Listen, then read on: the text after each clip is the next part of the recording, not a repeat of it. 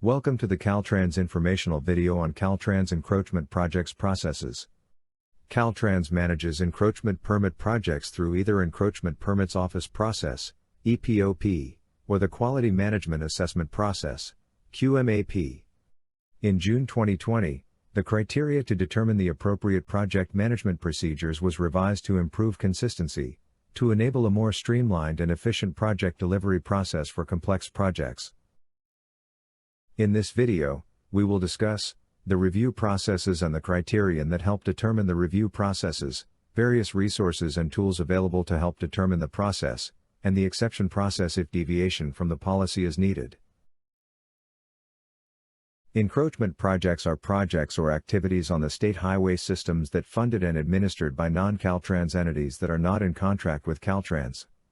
Review of these projects for quality and compliance is managed through Encroachment Permits Office process, EPOP, or Project Delivery Quality Management Assessment processes, QMAP, based on the project scope, complexity, safety and operation impacts.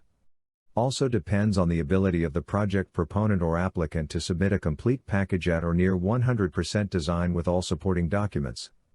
Within QMAP, there is short form or standard QMAP process based on the established criterion. In accordance with Streets and Highways Code Section 671.5, projects must have environmental clearance and complete design with all required supporting reports, analyses, and documents including geotechnical reports, traffic studies, warrants, agreements, etc. to be accepted and managed through the EPOP. Based on statutory requirements, specific and defined criteria have been established in applicant's checklist to determine applicable review process, Form TR 0416, to help users determine appropriate applicable review process for their proposed projects. An encroachment project that meets all 15 criterion listed on the checklist, Form TR 0416, can be managed through EPOP. In addition to Form TR 0416, a flowchart is also provided as an additional resource to help determine the appropriate applicable review process. See Figure 1.2 of the Encroachment Permit Manual. We will now review each of the individual criterion established to help determine the review process. Criterion 1. Environmental approval. If the applicant's project already has environmental approval or is categorically exempt, it can be managed through EPOP. Such projects could have Environmental Impact Report under California Environmental Quality Act, CEQA, or Negative Declaration or Mitigated Negative Declaration approved by other regulatory agencies as lead agency.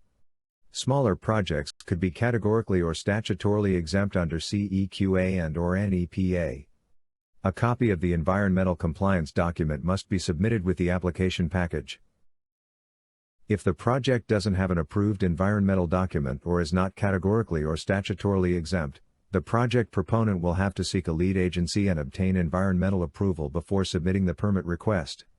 If Caltrans has to be the lead agency and district environmental concurs, the project shall be managed through the QMAP. Criterion 2. Project design. The project must have the design completed or near 100% to go through the EPOP. If the encroachment permit application package, EPAP, is incomplete, the applicant should complete the design and resubmit the EPAP to Caltrans District Encroachment Permits Office. If the project proponent cannot complete the design without Caltrans support or project requires 30%, 60%, 95% reviews, then such projects must be managed through QMAP. Criterion 3. Right-of-way conveyance. If a project only requires verification or validation of right-of-way, the project can go through the EPOP. When the project involves right-of-way conveyances, such as modifications to right-of-way limits, easements, and modifications to pre-existing rights through agreements, the project has to go through the QMAP. This may involve obtaining hazardous waste clearance on properties acquired or dedicated, surveying and developing revised or new maps, developing new or modified agreement or deed drafts, and obtaining approvals from all parties involved in the transaction. Criterion 4. New structures. If a project proposes constructing new structures and the structures are proposed to be constructed per Caltrans standard plans, the project can go through the EPOP. New structures include earth-retaining structures like retaining walls, tiebacks, and soil nails, sound walls, culverts, etc. When a project proposes a structure that cannot be constructed per Caltrans standard plans, the project must go through the qmap to facilitate and guide the project development process during the project design and construction phases. 30%, 60%, and 95% design reviews may be needed. Criterion 5, Trenchless installation of conduits or tunneling. When a project proposes trenchless installation of conduits greater than 60 inches in diameter or tunneling greater than or equal to 30 inches in diameter with a depth of cover less than 15 feet, the project must go through the qmap. Criterion 6, High priority utilities. If a project does not propose high priority utilities, on or through bridges or structures like tunnels, the project can go through the EPOP. Per Government Code Section 4216, high priority utilities include the following: natural gas pipelines greater than 6 inches in diameter or with normal operating pressures greater than 60 psi, petroleum pipelines, pressurized sanitary sewer pipelines, high voltage electric supply lines, conductors, or cables that have a potential to ground of greater than or equal to 60 kV, and hazardous materials pipelines that are potentially harmful to workers or the public if damaged. High priority utility projects on or through bridges or structures are managed through the qmap because of safety and liability concerns associated with the potential for disaster from unexpected occurrences such as earthquakes. So, seismic analysis may be required. Criterion 7, Structural modifications of Caltrans structures.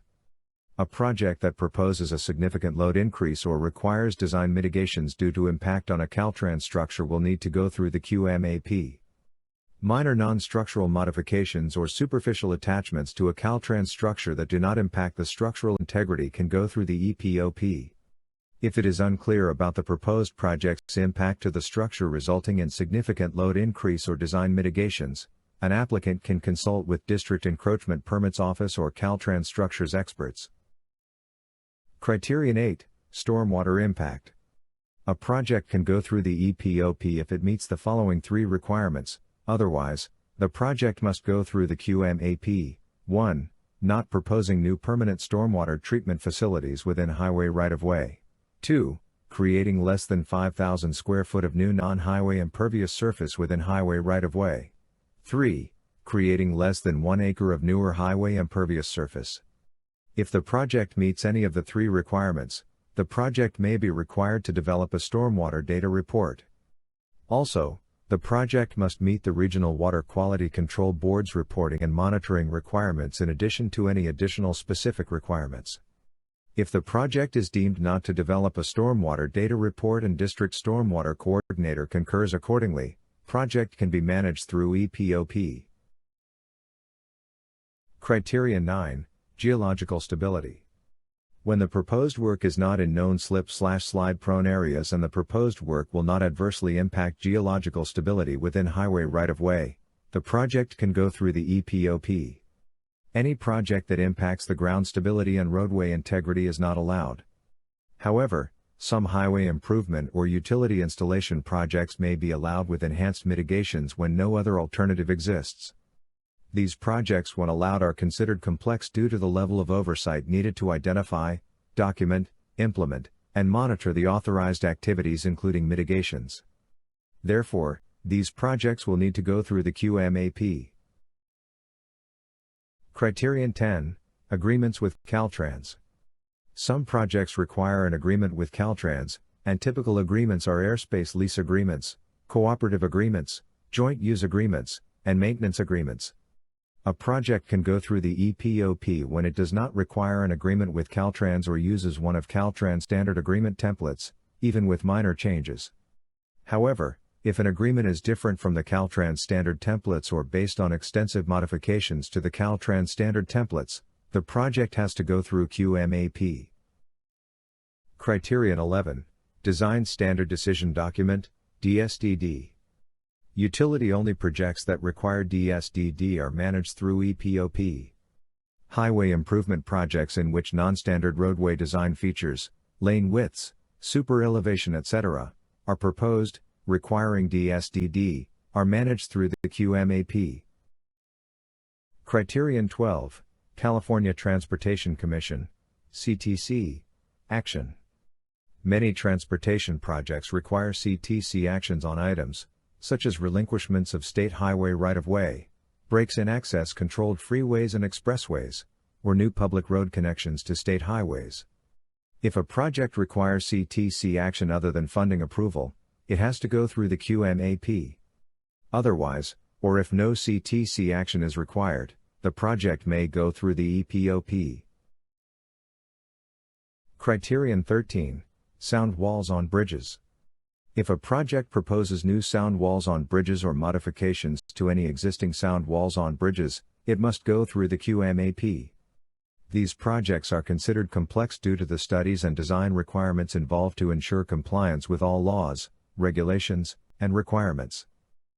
Consultation with Caltrans structural engineers is recommended early in the planning process to explore feasibility, identify appropriate alignment, location and method of installation. Manual for assessing safety hardware, MASH, compliance is also critical. 30%, 60% and 95% design reviews may be required. Criterion 14, Highway capacity and operation. A project that proposes increasing highway capacity or converting the use of highway lanes to toll or high occupancy vehicle, HOV, lanes will require reviews through the qmap. These projects are complex due to the studies required to evaluate the impacts to the state highway system and agreements that need to be developed to establish roles and responsibilities of the partnering agencies, in addition to all the infrastructure modifications needed. Intersection improvement projects, new signalization projects, signal upgrades, channelization etc., must be managed through EPOP. These are not considered highway capacity improvement or operational nature change projects intended by this criteria.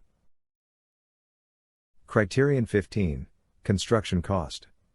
This criterion shouldn't be the primary factor in determining the appropriate review process. It should only be used as an indicator to review the scope of project for managing the project through the EPOP, rather than a hard cutoff. If the review of the project scope identifies any complexities in addition to the ones identified in the checklist that may require support from Caltrans for applicant to submit a 100% submittal, the District Encroachment Permit Engineer, DPE, will consult with the impacted functional units and make the determination on the appropriate review process.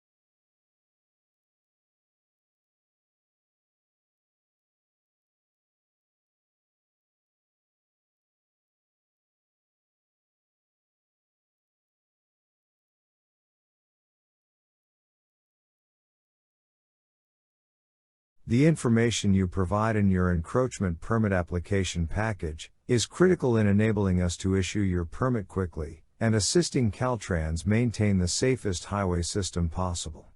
Caltrans strives to provide quality customer service and continually examines policies and procedures to safely maintain the highway system for all highway users.